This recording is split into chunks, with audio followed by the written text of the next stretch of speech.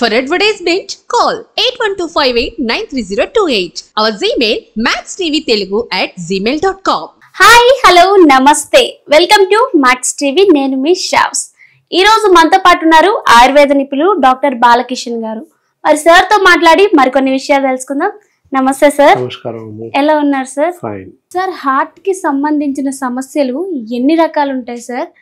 ఆ సమస్యని మన వరకు రాకుండా ఎలాంటి జాగ్రత్తలు తీసుకోవాలి, వచ్చినాక మనకి ఆయుర్వేదంలో ఎటువంటి ట్రీట్మెంట్ ఉంటుంది సార్? ఈ మధ్య కాలంలో వయసుతో సంబంధం లేకుండా మరి చిన్న పిల్లలకు కూడా గుండె సంబంధిత సమస్యలు వస్తున్నాయి, తలెత్తుతున్నాయి. కారణాలు ఏవైనా అవ్వచ్చు కానీ తలెత్తుతున్నాయి. ఎక్కువ బరువు పెరిగిపోవడం, ఎక్కువ శారీరక శ్రమ లేకపోవడం, ఊబకాయం ఎక్కువ అవడం. మరీ చిన్నపిల్లలు జస్ట్ 12 years 14 years పాప చనిపోయిన 12 years బాబు చనిపోయాడు. కారణాలు ఏంటి అంటే హార్ట్ అటాక్, అంతే. ఎందుకు వచ్చింది అని చూస్తే స్థూలకాయం. 12 ఏళ్ల పిల్లోడు మోస్తున్నాడు, మోస్తు పర్సనాలిటీస్. సో ఊబకాయం చాలా ఉంది. కారణాలు ఏంటి అని చూస్తే ఆహారం ప్రధాన కారణం అని తెలుస్తూ ఉంటుంది. అట్లా ఈ విధంగా వస్తుంటాయి గుండె జబ్బులు. దాంతో అందుకే ఇంత పూర్వకాలంలో ఎక్కడో 60-70 ఏళ్ళకి గుండె జబ్బులు వస్తాయని వినేవాళ్ళం. ఇప్పుడు అలా లేదు, చిన్న పిల్లలకు కూడా వస్తున్నాయి. జస్ట్ 10 years 12 years 15 years వాళ్ళకు కూడా గుండె జబ్బులు సంభవిస్తుంది. మన ఈ మధ్య మనం చూసాం కదా సార్, ఒక డాన్స్ లో ఒక అబ్బాయి డాన్స్ చేస్తూ చనిపోయాడు. ఇది కూడా హార్ట్ అటాక్ వల్లనే సార్? సడన్ షాక్ అనమాట. అక్కడ ఏంటంటే అంత స్పీడ్ వెళ్తూ ఉన్నప్పుడు, అంత స్పీడ్గా డ్యాన్స్ చేస్తున్నప్పుడు circulation of blood circulation drop out అవ్వచ్చు. దానివల్ల సడన్ షాక్ ఫర్ హార్ట్, చనిపోతారు, ఛాయిస్ ఉంది. అలా షాక్ అంటారు దాన్ని, shock death, heart attack death అని చెప్తాం. సడన్గా వస్తుంటాయి కొన్ని సందర్భాల్లో. అలా చాలా మందిలో జరుగుతుంది. ఏదైనా ఆశ్చర్యకరమైన విషయం విన్నా, కొన్ని సందర్భాల్లో భయంకరమైన విషయం విన్నా, వినకూడని విషయాలు విన్నా అప్పటికప్పుడుగా సడన్గా స్ట్రోక్ వచ్చే అవకాశం ఉంటుంది. దాంతో డెత్, మరణం సంభవిస్తుంది. చాలాసార్లు చూశాను. ఒక దగ్గర ఇట్ ఈస్ అండ్ ప్రాక్టికల్. వాళ్ళ బ్రదర్ చనిపోయాడు, చూసి వస్తున్నాడు. ఆయన తమ్ముడు అనమాట. పోయి చూసిండు, వచ్చాడు ఇంటికి. పక్కిళ్ళే వచ్చేసి ఆకలి అవుతుంది, భోజనం పెట్టండి అని. వాళ్ళు ఎవరో ఇంట్లో ఉన్నారు, భోజనం పెట్టండి అంటే అన్నం పెట్టండి, తింటూ ఉంది. నీళ్లు తీసుకుని ఆమె నీళ్లు తెచ్చే లోపు నోట్లో బుక్క పెట్టుకున్నాడు, నీళ్ళు అన్నాడు. నీళ్ళు వచ్చే లోపలే పడిపోయాడు, చనిపోయాడు, అంతే. Was death, no more. That is called sudden shock, sudden heart attack అంటారు. ఫస్ట్ చనిపోతారు. చాలా మట్టుకు ఫస్ట్ అటెంప్ట్లో తక్కువ. కానీ కొన్ని సందర్భాల్లో ఇలాంటి సమస్యలు తలెత్తినప్పుడు ఇమ్మీడియట్గా చనిపోతారు. ఇలాంటి మరి ఈ సమస్యలు రాకుండా కాపాడుకోవాలి. ఎలా కాపాడుకోవాలి అనేది చాలా ఇంపార్టెంట్. ఎలా అంటే మనం తీసుకునే ఆహారం, నియమ నిబద్ధతో కూడిన ఆహారం తీసుకోవాలి, పరిశుభ్రమైనటువంటి ఆహారం తీసుకోవాలి. పూర్వకాలంలో మంచి ఆహారం తీసుకునేవాళ్ళు. ఎంతసేపు పూర్వీకులకు గుండె జబ్బులు రాలే అని. ఎందుకు రాలే అంటే మంచి ఆహారం తీసుకునేవాళ్ళం. అంతకన్నా మంచి ఆహారం తీసుకుంటున్నామని మనం అనుకుంటున్నాం, కానీ తీసుకోవట్లేదు. 1% కూడా ప్యూరిఫైడ్ అంటే మంచి ఆహారం, పరిశుభ్రమైన ఆహారం తీసుకోవట్లేదు అని చెప్పొచ్చు. ఎక్కడో ప్యాకేజ్డ్ ఫుడ్ తీసుకుంటున్నాం. బ్రాండ్ అని చెప్పనవసరం లేదు. ఇక్కడ కూర్చొని నిమిషాల్లో ఫోన్ చేస్తే ఫుడ్ వస్తుంది. ఏ ఫుడ్ అంటే ఆ ఫుడ్ వస్తుంది. అది ఎప్పుడు తయారు చేస్తారు, ఎక్కడ తయారు చేస్తారు, దాని ఎఫికసీ ఏంటి, ఎంతవరకు ప్రాబిలిటీ ఉంది తెలియదు ఎవరికి. So many preservatives will be added. చాలా రకాల ప్రిజర్వేటివ్స్ యాడ్ చేసి కలపబడి ఉంటాయి. ఎందుకంటే ఫుడ్ ఖరాబ్ కాకుండా, డిగ్రేడ్ కాకుండా కోసం కలుపుతారు. సో దానివల్ల అదంతా కూడా ప్రమాదమే. ఏదైతే ఫుడ్ ప్రిజర్వేటివ్స్ కలుపుతాం, ఫుడ్ ప్రిజర్వేటివ్స్ కూడా ప్రమాదమే. Yes, artificial colours. ఇప్పుడు ఈవెన్ ఫుడ్ అట్రాక్ట్గా కనబడడానికి ఫుడ్ కలర్ కలుపుతుంటాం. కలర్ కూడా ఎఫెక్టివ్. దానివల్ల క్యాన్సర్స్ మాత్రమే వస్తాయి. ప్రతిదీ ప్రమాదమే. ఏదైతే ప్యాథలిన్ కవర్ ఉంటుంది దానివల్ల క్యాన్సర్ వస్తుంది, దానివల్ల ప్లేక్స్ వస్తాయి, గుండె జబ్బు వస్తుంది. ఇవన్నీ రకరకాల కారణాలు ఉన్నాయి, ఇంటర్లింక్స్ చాలా ఉన్నాయి. కాబట్టి ఆహారం మంచిగా తీసుకోవడం అంటే డీప్ ఫ్రైస్ మానేయడం, ఆర్టిఫిషియల్ కొలెస్ట్రాల్, ఆర్టిఫిషియల్ ఫ్యాట్స్ తీసుకోవడం మానేయాలి. చీజ్, బట్టర్ ఇలాంటివి, డాల్డా వనస్పతి అంటారు, ఇవి తప్పకుండా మానేయాల్సిన అవసరం ఉంటుంది. అన్సాచురేటెడ్ ఆయిల్స్ పూర్తిగా మానేయాలి. శాచురేటెడ్ ఆయిల్స్ మాత్రమే వాడాలి. ఈ రోజుల్లో రకరకాల వంట నూనెలు వచ్చాయి.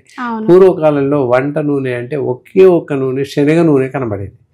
ఇప్పుడు అనంతమైనటువంటి ఆయిల్స్ దొరుకుతున్నాయి. ప్రతి ఆయిల్ కూడా ప్రమాదానికి దారితీస్తుంది.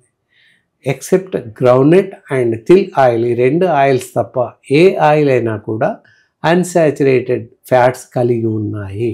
అన్సాచురేటెడ్ ఫ్యాట్స్ మీన్స్ అవి శరీరంలో కరిగిపోవు, అలాగే పేరుకుపోతుంటాయి. అలాగే పేరుకుపోవడం వల్ల గుండె జబ్బులకు దారితీస్తుంది. అది ప్రధానం.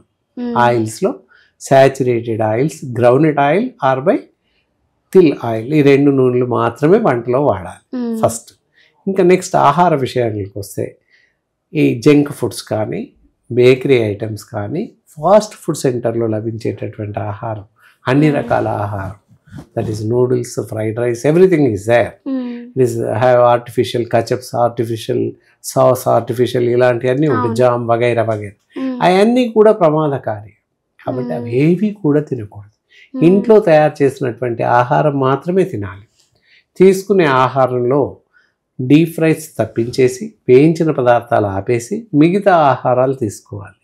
Semi liquid curries, prepared curries, liquid curries, liquid లాంటి రసాలు, సాంబార్ ఇలాంటివి తీసుకోవాలి. ఇంకా నాన్ వెజిటేరియన్ పూర్తిగా మానేయాల్సిన అవసరం ఉంటుంది. మటన్, పీతలు, ఎండు చేపలు, ఫ్రాన్స్ ఇవి మానేయాల్సి ఉంటుంది. దాంతోపాటు కూల్ డ్రింక్స్, పన్నీర్. ఈ రోజుల్లో పన్నీర్ చాలామంది తింటున్నారు. Paneer is the very very effective to the heart అని చెప్పచ్చు. దానివల్ల కూడా రకరకాల ఇబ్బందులు తలెత్తుతున్నాయి. కాబట్టి పన్నీర్ కర్రీ చేసుకోవడం, పన్నీర్ కర్రీ తినడం మానేయడం ఎంతైనా మంచిది. దాంతోపాటుగా అది కాకుండా మిగతా అన్ని రకాల కూరగాయలు, నాన్ వెజిటేరియన్లో వచ్చి చికెన్, ఎగ్, ఫిష్ కూడా తినొచ్చు. ఈ 3 తప్పకుండా తినొచ్చు, తినాలి, ఏం కాదు. ఇక వెజిటేరియన్లో అన్ని రకాల కూరలు తినాలి. పీచు పదార్థాలు ఎక్కువగా విరివిగా ఉంటాయి.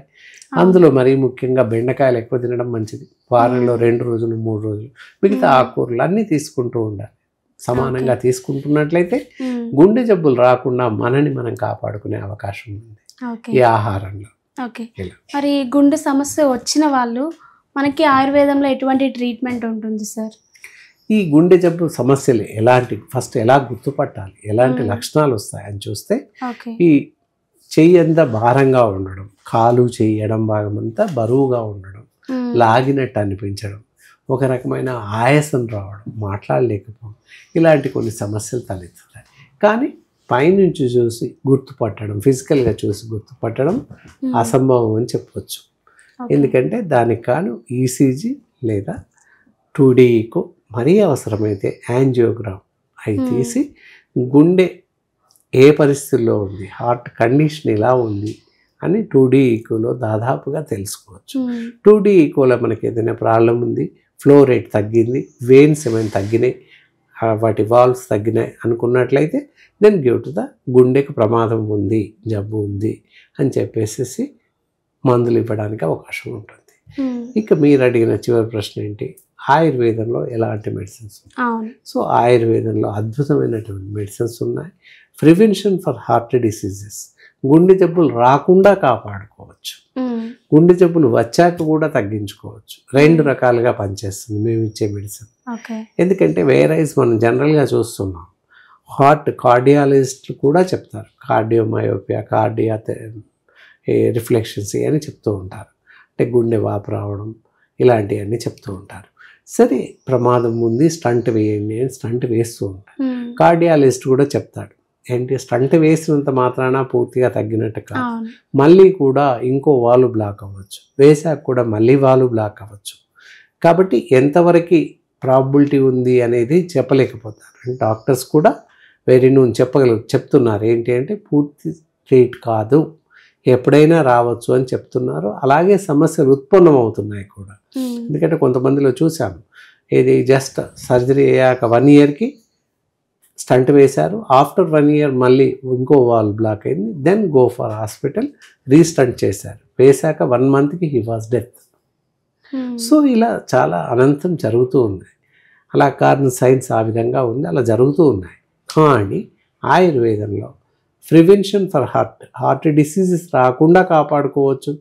After onwards any heart disease వచ్చింది, స్టంట్స్ వేశారు లేదా వేయాలి అనుకున్న దశలో తప్పకుండా ఇక్కడ చూపిస్తున్నటువంటి మందు హార్టెక్స్ క్యాప్సూల్స్ ఉంటాయి. ఈ క్యాప్సూల్స్ కనుక వాడుతూ ఉన్నట్లయితే తప్పకుండా హార్ట్ డిసీజ్ వచ్చిన వాళ్ళకి అలాగే రాకుండా కాపాడుకోవచ్చు.